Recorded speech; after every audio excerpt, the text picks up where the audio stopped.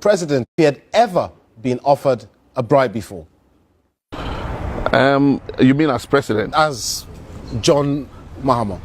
As a human being? As a person? Any human being in the world would have encountered, corruption in a way, one way or the other, either being offered a bribe or a bribe being demanded from you. What you need to do is to put yourself in a position... Mr. President, did you take it? No, I haven't taken a bribe. Well, as you can imagine, the story has taken social media by storm,